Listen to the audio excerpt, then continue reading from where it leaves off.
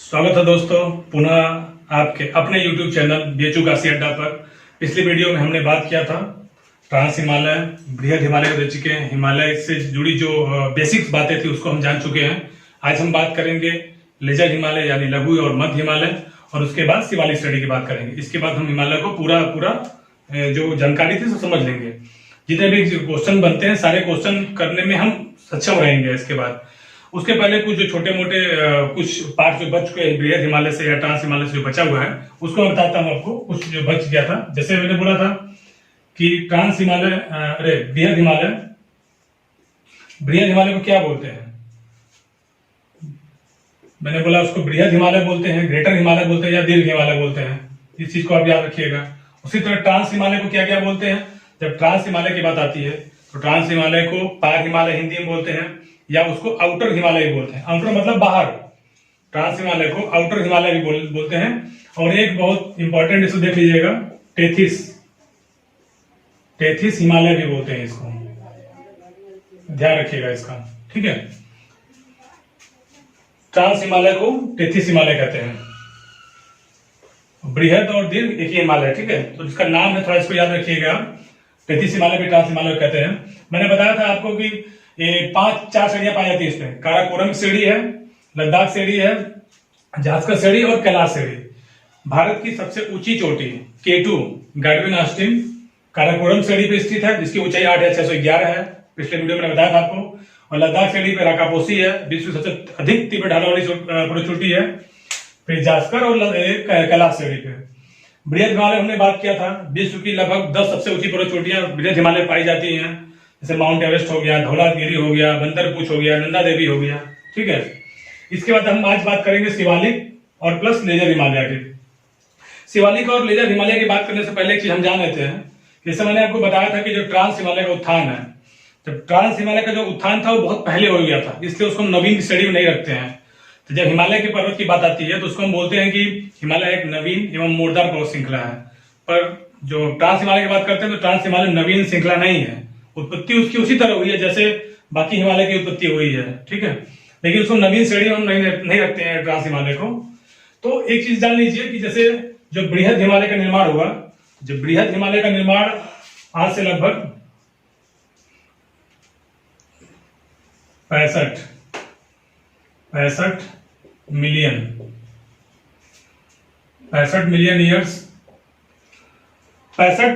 Year पहले हो चुका था। बृहद हिमालय का निर्माण 65 मिलियन ईयर पहले हुआ था। उसके बाद जो है 45 मिलियन ईयर में किसका निर्माण हुआ? लेजर हिमालय का। 65 मिलियन ईयर में बृहद हिमालय का निर्माण हुआ। 45 मिलियन ईयर पहले जो है लेजर हिमालय का निर्माण हुआ। जो शिवालिक श्रेणी थी हमारी 1.4 मिलियन ईयर अगो आपका शिवालिक श्रेणी का निर्माण हुआ। तो इसको ध्यान रखिएगा कि सबसे पहले मतलब ट्रांस हिमालय उससे पहले बना था, ठीक है। टेथिस सागर के जब अवसाद जमा होते गए, जब अवसादों का उत्थान हुआ तो 65 मिलियन वर्ष पहले बृहद हिमालय का निर्माण हुआ। 45 मिलियन वर्ष पहले आपका लेजर हिमालय लघु हिमालय का निर्माण हुआ। और 1.4 मिलियन वर्ष पहले आपका शिवालिक श्रेणी का निर्माण हुआ। इसको भी एक तरह से था देखते रहिएगा, ठीक है। आइए एक इंपॉर्टेंट चीज और बात करते हैं इसमें हम लोग, वो है जैसे ट्रांस हिमालय हो गया। मैं यहां लिख दे रहा हूं आपको। जैसे मान लीजिए ट्रांस हिमालय हो गया, ट्रांस हिमालय हो गया, उसके नीचे बना लीजिए हम ग्रेटर हिमालय या जिसको हम लोग बृहद हिमालय या दीर्घ हिमालय भी बोलते हैं, ठीक है। उसके बाद हो गया लेजर हिमालय, जिसको लघु हिमालय और या मध्य हिमालय भी हम लोग बोलते हैं, ठीक है। उसके बाद आएगा शिवालिक श्रेणी। मैं यहाँ इसी चीज को यहाँ बना रहा हूँ, ठीक है, समझाने के लिए। फिर उसके नीचे आएगा उत्तर भारत का मैदान, ठीक। इसके नीचे तराई क्षेत्र है, तराई क्षेत्र के नीचे पूरा उत्तर भारत का मैदानी क्षेत्र है, विशाल। मैंने आपको पहले वीडियो में बताया था इसके पहले। यहाँ लिख दे रहा हूं उत्तर भारत का विशाल मैदान, ठीक। ये देखते हैं हम लोग इसकी बात कर रहे थे कि 4 श्रेणियां हैं, ठीक है। ऊपर ट्रांस हिमालय, उसके नीचे बृहद हिमालय, फिर लघु या मध्य हिमालय, फिर शिवालिक श्रेणी। तो हम देखते हैं कि इसको किन चीजों से अलग किया जाता है। मतलब जैसे ऊपर ट्रांस हिमालय है, नीचे बृहद हिमालय है, तो ट्रांस हिमालय बृहद हिमालय के बीच कुछ ऐसा चीज तो होगा जो दोनों को अलग करता होगा। तो वही अलग करने वाली श्रेणी में बात करते हैं, उसको बोलते हैं पहले में सचर जोन। सचर जोन या इसको हिंज लाइन भी बोलते हैं, हिंज लाइन। ठीक, मतलब ट्रांस हिमालय या पार हिमालय, उसके नीचे बृहद हिमालय, तो दोनों अलग कैसे होता है? सचर जोन और हिंज लाइन से अलग होता है। प्रश्न कैसे बनेगा कि ट्रांस हिमालय और बृहद हिमालय को ऐसा कौन सा चीज लाइन है जो उसको अलग करती है? तो सचर जोन या जिसको हम लोग हिंज लाइन भी कहते हैं, वह ट्रांस हिमालय और बृहद हिमालय को अलग करता है। ठीक, ये हो गया ट्रांस हिमालय, उसके नीचे ये वाला बृहद हिमालय। अलग कौन कर रहा है? सचर जोन या हिंज लाइन। अब ट्रांस हिमालय, अरे बृहद हिमालय है, उसके नीचे ये वाला लघु या मध्य हिमालय, इसको लोग बोलते हैं। यह दोनों कैसे अलग होते हैं? इसको हम लोग बोलते हैं एमसीटी। एमसीटी, एमसीटी का मतलब क्या होता है? लिख देता हूं यहां पे, main central thrust. Main central thrust क्या है? मेन सेंट्रल थ्रस्ट जो है बृहद हिमालय और लघु या मध्य हिमालय को अलग करता है। मेन सेंट्रल थ्रस्ट क्या करता है? बृहद हिमालय और लघु या मध्य हिमालय को अलग करता है, एमसीटी। अब लघु या मध्य हिमालय, नीचे क्या हो गया? शिवालिक श्रेणी। लघु या मध्य हिमालय, नीचे शिवालिक श्रेणी। तो लघु या मध्य हिमालय और शिवालिक श्रेणी को कौन सा अलग करता है? उसको क्या बोलते हैं हम लोग? एमबीटी। एमबीटी का मैं लिख दे रहा हूं फुल फॉर्म, आपको देख लीजिएगा। एमबीटी मतलब मेन, MEIN,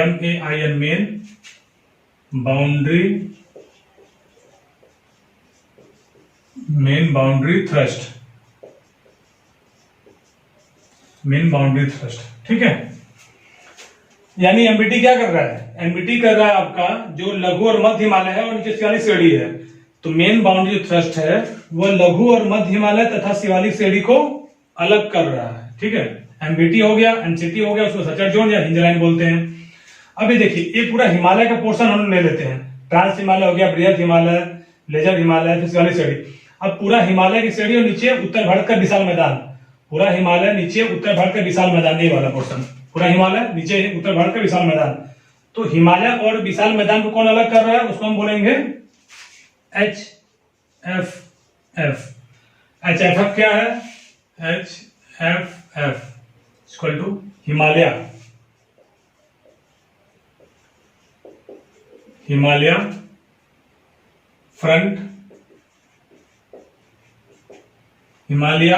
फ्रंट फॉल्ट। ठीक, ये हो गया। ये बहुत ज्यादा इंपॉर्टेंट है, इसको आप एक बार देख लीजिएगा, कंफ्यूजन आपको नहीं होगा। अब हिमालयन फ्रंट फॉल्ट क्या करता है? प्रश्न कैसे बनेगा इसमें कि पूरा हिमालय और उत्तर भारत का मैदान, हिमालय और उत्तर भारत के मैदान को कौन अलग करता है? तो हिमालय और उत्तर भारत के मैदान को कौन अलग करता है? तो उसको बोलेंगे हम हिमालय फ्रंट फॉल्ट।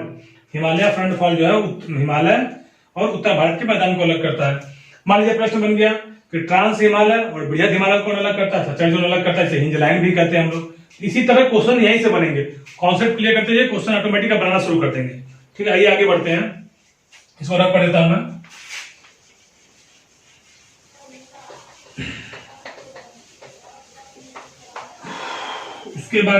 इसके बाद हम बात करते हैं। आप एक चीज देख रहे होंगे यहाँ पे कि हमने जब हिमालय यहाँ पे बनाया हूं मैं, तो आप देखेंगे हिमालय एक बैंड हो गया है, चाहे वो पश्चिम में हो चाहे पूर्व में हो। पूर्व में मैंने बोला म्यांमार की तरफ बैंड होकर नीचे चला गया बंगाल खाड़ी में, इधर भी पाकिस्तानी तरफ, पूर्वी पाकिस्तान की तरफ इधर बैंड हो गया है।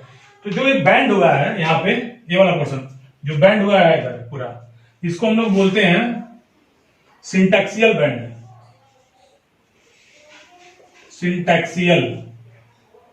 सिंटैक्सियल बैंड। ठीक,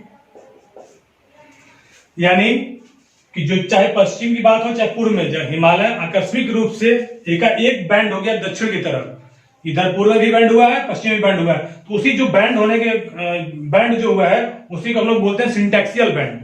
यानी सिंटैक्सियल बैंड यहाँ पे, सिंटैक्सियल बैंड यहाँ पे। हिमालय में दो सिंटैक्सियल बैंड पाया था, एक यहां से लेके यहाँ पे और एक यहाँ पे, यानी यहाँ नंगा पर्वत जम्मू कश्मीर का, और तिब्बत का नामचा बरवा, फिर यहाँ म्यांमार तक घूमता है, तो दोनों दो सिंटेक्सियल बैंड पाए जाते हैं। यहाँ पे सिंधु नदी आती है, तो यहाँ पे सिंधु गार्ज का निर्माण होता है। सिंधु नदी बहती है, फिर नीचे की तरफ आती है, तो यहाँ पे एक गार्ज का निर्माण करती है, इसको हम लोग बोलते हैं सिंधु गार्ज। ये सिंधु गार्ज यहाँ पे हो गया, और यहाँ पे दिहंग गार्ज, दिहंग गार्ज, ठीक, इसको देख लीजिएगा। यानी हिमालय में कुल दो सिंटेक्सियल बैंड हो गए। पहला सिंटेक्सियल बैंड के पास सिंधु गार्ज का निर्माण होता है, और यहाँ पूर्व में क्या होता है, दिहंग गार्ज का। दिहंग नदी है, ब्रह्मपुत्र नदी को ही अरुणाचल प्रदेश में दिहंग नदी बोला जाता है, और यहाँ सिंधु नदी है, ठीक है, सिंधु गार्ज का निर्माण करती है। तो ये सिंधु गार्ज और दिहंग गार्ज और सिंटेक्सियल बैंड को ध्यान में रखिएगा। आइए अब आगे चलते हैं हम लोग अपने आज के मेन टॉपिक की तरफ। ये तो हो गई कल की बातें, कुछ जो सब कुछ छूटा हुआ था, इसको एक बार देख लीजिएगा। अब बात करते हैं हम आज के मेन टॉपिक की, यानी लेजर, यानी लघु, मध्य हिमालय और शिवालिक श्रेणी। तो पहले हम बात करेंगे लेजर, लघु और मध्य हिमालय के बारे में। लघु हिमालय के बारे में बात करते हैं। लघु हिमालय प्रमुख रूप से 5 पर्वत श्रेणी आपको दिख रही होंगी, 1 2 3 4 5 है, तो छोटी छोटी कई श्रेणियां टुकड़ों में बटी हुई है, लेकिन प्रमुख रूप से हम 5 श्रेणियों के बारे में बात करेंगे। और जो पहले मैं बताता हूं, वहां से पश्चिम तरफ से स्टार्ट करते हैं। पश्चिम में जो पहली से पर्वत श्रेणी आपको दिख रही है ऊपर, उसको बोलते हैं पीर पंजाल। पीर पंजाल, ठीक, पीर पंजाल। उसके बाद दूसरी पर्वत श्रेणी धौलाधार, पीर पंजाल, धौलाधार। ये तीसरी श्रेणी यहां पे आपको दिख रही होगी मंसूरी। पीर पंजाल, धौलाधार, मंसूरी। ये भाग आ गया नेपाल का। नेपाल में महाभारत, और दूसरा वाला नागदीवा, नागदीवा। कितना इंपॉर्टेंट है लघु या मध्य हिमालय में। तो जो पीर पंजाल श्रेणी है कहां पे है, जम्मू कश्मीर। ये भी पूछता है कि श्रेणी कहां पे आती है। पीर पंजाल श्रेणी लघु हिमालय पे, कहां पे, जम्मू कश्मीर में। धौलाधार कहां पे, हिमाचल प्रदेश, एचपी मतलब हिमाचल प्रदेश। मंसूरी श्रेणी कहां पे है, यूके यानी उत्तराखंड में। मंसूरी श्रेणी उत्तराखंड में। उसके बाद महाभारत और नागदीवा जो पर्वत श्रृंखला कहां पे है, ये दोनों नेपाल, नेपाल में, ठीक। तो जो लघु हिमालय है, लघु हिमालय में 5 पर्वत श्रृंखला बहुत इंपॉर्टेंट है, इसको याद रखिएगा। किस किस आपके राज्य या किस देश में, ये भी देखिएगा। पीर पंजाल श्रेणी से स्टार्ट होता है यह। पीर पंजाल जम्मू कश्मीर में, धौलाधार जो है हिमाचल प्रदेश में, मंसूरी श्रेणी उत्तराखंड में, महाभारत और नागदीवा श्रेणी नेपाल में, ठीक है। इसको आप याद रखिएगा, बहुत ज्यादा मतलब ऐसा कुछ पढ़ने लायक है नहीं। हाँ, उसके बाद एक और इम्पोर्टेंट फैक्ट आता है इसमें कि जो लघु या मध्य हिमालय जो है, जो उसके पर्वतों की जो ढाल होती है, वहां पे मतलब यहाँ वनस्पतियां बहुत ज्यादा पाई जाती हैं। घूमने की अपेक्षा पर्यटन स्थल भी बहुत ज्यादा यहाँ पाए जाते हैं।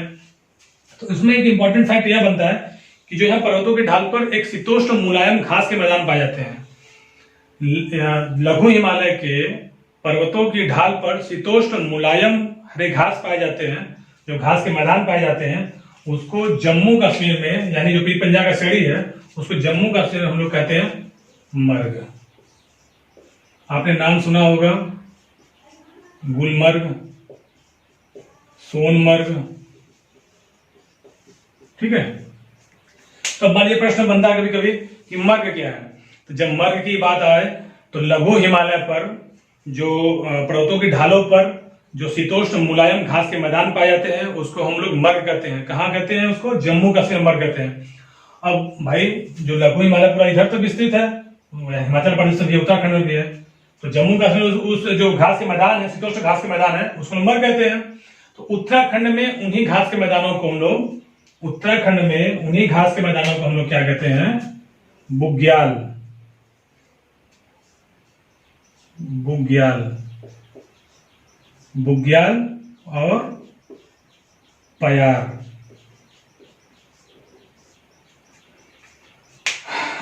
बुग्याल और पयार कहते हैं उसको। कहां कहते हैं, उत्तराखंड में। लघु हिमालय पे जो शीतोष्ण मुलायम घास के मैदान पाए जाते हैं उत्तराखंड में, उसको हम लोग बुग्याल और पयार कहते हैं। जम्मू कश्मीर उसको हम लोग मर्ग कहते हैं। ठीक है, तो इसमें इतना इंपॉर्टेंट था, इसको देख लीजिएगा, और ज्यादा कुछ इसमें इंपॉर्टेंट है नहीं लघु हिमालय में।